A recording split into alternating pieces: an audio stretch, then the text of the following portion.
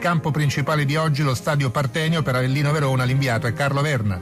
Buon pomeriggio, dobbiamo darvi subito conto di un grave episodio, per fortuna senza serie conseguenze, avvenuto nei pressi dello stadio, un'aggressione al presidente del Verona Maurizio Setti, che si trovava in auto con Luca Toni e un altro dirigente. La vettura è stata bloccata e il finestrino mandato in frantumi. Il massimo rappresentante Scaligero è rimasto leggermente ferito e si è fatto medicare. Questi i primi particolari della brutta vicenda che possiamo per ora dare, sperando di poter vedere più tardi allo stadio il presidente Setti e il campione del mondo 2006 Toni, che fino a pochi minuti fa non erano riusciti ad arrivare. Punti pesanti in palio qui al Partenio Lombardia. Al Verona servono per rimanere capolista, all'Avellino in serie positiva per tirarsi fuori dalle secche della zona play-out. Temperatura gradevole nel capoluogo irpino, ideale per una partita di calcio. Terreno di gioco in discrete condizioni, per essere un sintetico c'è oggi qualche striatura di colore marrone di troppo. Pecchia e Novellino devono fare i conti con i provvedimenti del giudice sportivo. Fuori per squalifica il capocannoniere degli Scaligeri e di tutta la cadetteria Pazzini, e per gli irpini l'ex Gonzalez. Le scelte dei due allenatori sono nelle formazioni varate. Per l'Avellino in campo andranno tra poco Radunovic tra i pali, poi nella difesa a 4 Laverone, Gidai, Jim City e Perrotta. A centrocampo Lasic, Paghera, D'Angelo e Moretti. In attacco Verde a sostegno di Ardemagni. Pecchia schiera invece così il Verona, Nicolas tra i pali, reparto difensivo a 4 con Pisano, Bianchetti, Caracciolo e Supraien. 2 a centrocampo sono Fossati e Zaccagni, un trio composto da Romulo, Bessa e Luppi a sostegno del sostituto di Pazzini, che è Gomez. Arbitra il signor Serra di Torino. Circa 5.000 gli spettatori, c'è anche una rappresentanza di tifosi veronesi, per fortuna affluiti senza problemi qui allo stadio, circa 200. A te la linea, Corsini. Avellino Verona. Siamo al quinto minuto di gioco qui al Partenio Lombardia. Avellino poco fa vicinissimo al gol, con una conclusione a un metro dentro l'area da parte di Verde, ha respinto con le gambe Nicolas. Dunque formazione irpina in pochissimo tempo già capace di produrre una palla gol.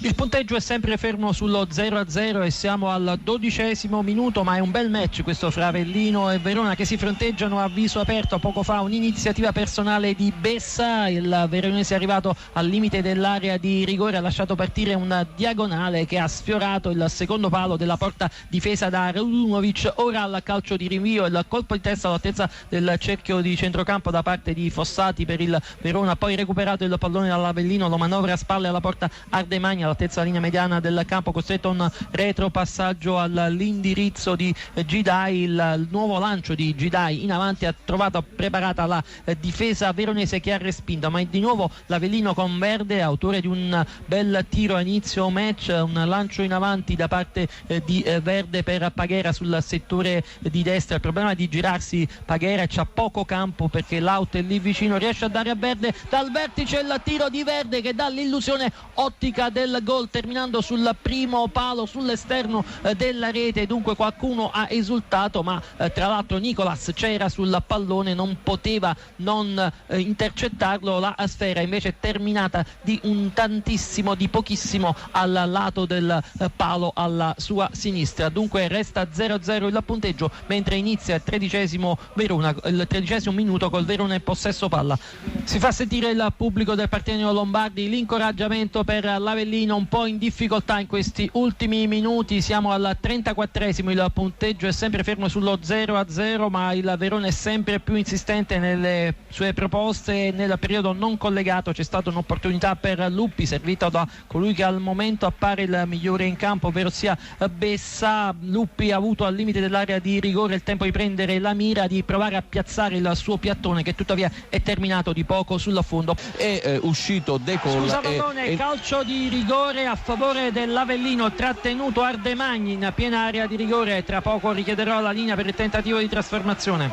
Scusami Avallone, c'è il tentativo di trasformazione, parte in questo momento il gol realizzato dall'Avellino con Paghera. Avellino 1, Verona 0 al quinto minuto della ripresa. A te la linea. È il 7° della ripresa, dunque l'Avellino è passato in vantaggio su calcio di rigore trasformato da Fabrizio Paghera. Ineccepibile la concessione del penalty, vistosa la trattenuta ai danni di Ardemagni, in piena area di rigore, e dire che il Verona poco prima si era reso pericoloso grazie alla solita incursione di Bessa, che dal settore di sinistra aveva messo al centro un cross al bacio. La conclusione di Luppi deviata dalle schiene dei giocatori dell'Avellino, ma davvero brividi per Radunovic, che certamente avrebbe avuto difficoltà ad intervenire sul pallone. Adesso è in pieno corso la reazione della capolista, che vede adesso il Frosinone allontanarsi, Frosinone in vantaggio sul Carpi. A centrocampo per una partita ancora apertissima. Il raddoppio dell'Avellino, tiro di Verde che è passato sotto la pancia di Nicolas, dunque con partecipazione da parte del portiere veronese. Avellino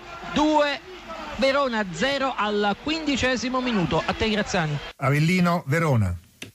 19° minuto, Avellino 2, Verona 0. Sicuramente la capolista ha accusato il colpo del raddoppio, anche perché sul tiro di Verde, come abbiamo avuto modo di dire, c'è stato un errore del portiere Nicolas. Il Verona si è nuovamente riversato in attacco. Seguiamo questa azione della formazione di Fabio Pecchia. La conclusione è effettuata da parte del giocatore neoentrato Cappelluzzo, con l'intervento abbastanza agevole di Radunovic.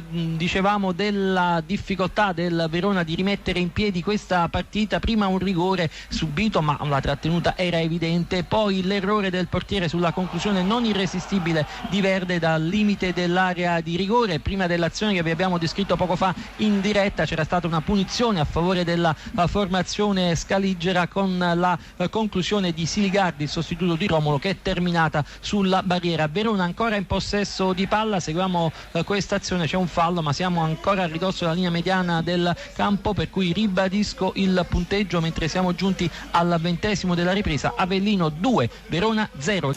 35esimo, 2-0 sempre il punteggio per l'Avellino, che adesso è in possesso di palla. Per il resto, nel periodo non collegato, la partita l'ha fatto il Verona, come è ovvio che sia. La capolista sotto di 2 reti cerca in qualche modo di rientrare nella match, ma ha tante difficoltà perché la sua reazione non è particolarmente efficace, e soprattutto l'Avellino si difende bene, riparte. Ancora un'opportunità per la formazione verde, con l'invito che era stato proposto da Laverone verso il centravanti Ardemagni. Si è chiusa bene la difesa. Adesso attenzione, solo Ardemagni non riesce ad agganciare un invito facilissimo da parte di Verde. Ardemagni era praticamente solo davanti alla porta dal passaggio, era stato anche scavalcato il portiere Nicolas, non è riuscito ad arrivare all'impatto col pallone. Sarebbe stato il gol del 3-0, ma questa azione è indice di quel che sta accadendo al Partenio, col Verona in grande difficoltà, e tuttavia in ripartenza si è già chiusa la difesa dell'Avellino. Nulla di fatto anche in questa circostanza. 36esimo, Avellino 2, Verona 0. Frosinone concesso alla squadra di Castori, che sta per essere battuto. Graziani, è finita la partita ad Avellino. Avellino batte Verona 2-0.